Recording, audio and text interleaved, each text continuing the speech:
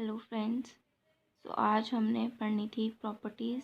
तो मैंने आपको बताया था लास्ट वीडियो में कि प्रॉपर्टीज़ हर एक मटेरियल की अलग अलग प्रॉपर्टीज़ होती हैं, ठीक है। तो वो हम पढ़ेंगे वन बाय वन। तो नंबर वन है यहाँ पे अपीयरेंस। अपीयरेंस का मतलब क्या होता है कि जो हमें देखने से पता लगती हैं, जैसे कि कोई भी चीज़ अलग अलग शेप की हो सकती है, अलग अलग कलर की हो सकती है, अलग अलग मटेरियल की हो सकती है। तो दैट मीन्स कि उसकी अपीयरेंस कैसी है, ठीक है। तो materials usually look different from each other. हर एक मटेरियल जो है आपस में एक दूसरे से अलग दिखाई देता है। तो would looks very different from iron. जो लकड़ी होती है वो आयरन से क्या है, बिल्कुल अलग होती है दिखने में।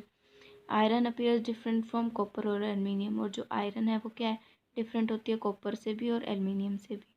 लेकिन there may be some similarities between iron, copper and aluminium that are not there in the wood. लेकिन क्या है, आयरन में, कॉपर में और एल्युमिनियम में कुछ सिमिलैरिटीज़ होती हैं जो कि वुड में नहीं होती, ठीक है। इन तीनों में कुछ सिमिलैरिटीज़ होती हैं जो वुड में नहीं होती। तो materials that have such lusters are usually metals. तो क्या बोल रहे हैं, जो मटेरियल्स होते हैं कुछ, उनमें लस्टर मतलब कि कुछ शाइन होती, अगर किसी मटेरियल में कुछ शाइन होती है तो दैट मीन्स कि वो क्या है, मेटल है, ठीक है। Iron, copper, aluminium and gold are examples of metal. ये सब क्या है, एग्जांपल्स हैं मेटल के। आयरन में, कॉपर में, गोल्ड में, एल्युमिनियम, इन सब में क्या होते हैं, शाइनिंग होती है। तो दैट मीन्स ये मेटल्स हैं। Some metals often lose their shine and appear dull. लेकिन कुछ मेटल ऐसे होते हैं जो अपनी शाइन लूज़ कर देते हैं और वो कैसे दिखाई देते हैं, डल दिखाई देते हैं, उनमें कोई शाइन नहीं होती। ऐसा क्यों होता है, because of the action of the air and moisture on them. उसमें क्या हो जाता है, action of air and moisture, उनमें मॉइस्चर आ जाता है जिसकी वजह से उनकी जो शाइन है वो क्या हो जाती है, डल हो जाती है। We therefore notice that lustre only there freshly cut surface. लेकिन हम क्या नोटिस करते हैं, जो फ्रेशली कट, यानी कि अगर हम उसको बीच में से कट कर दें तो उनमें वहाँ पे क्या होएगा, लस्टर होएगा, यानी कि दैट मीन्स उस पार्ट में क्या होगी, शाइन होगी उस सरफेस पे। When you visit an ironsmith or a workshop, look out for freshly cut surface of metal rods to see if they have any luster.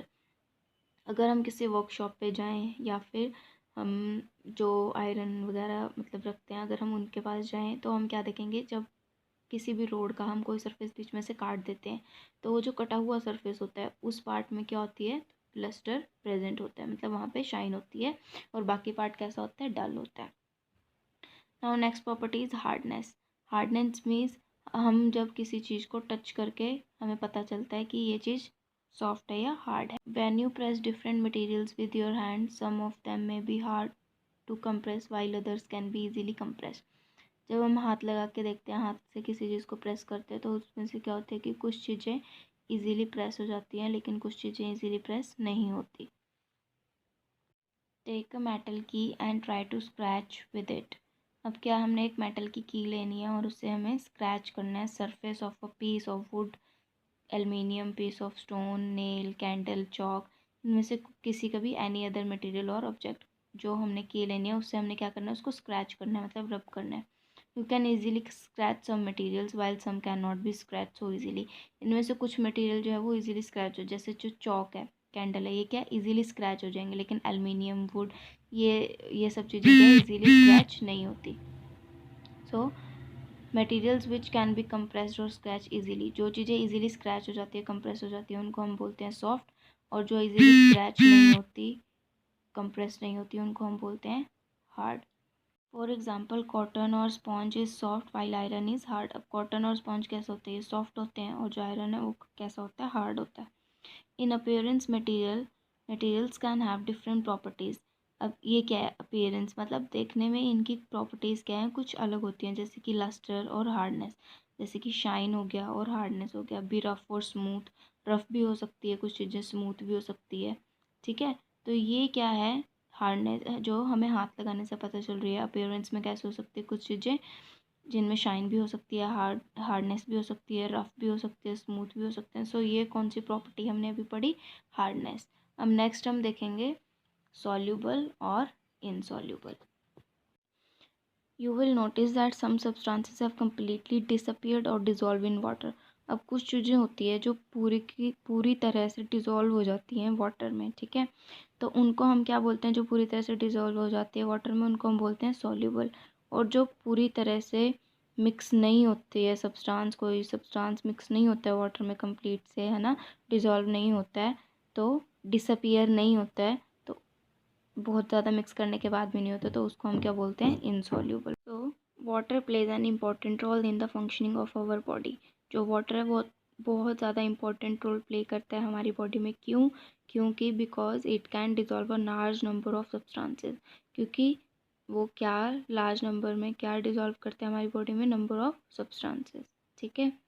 तो do liquid also dissolve in water, क्या liquid भी dissolve हो जाते हैं water में?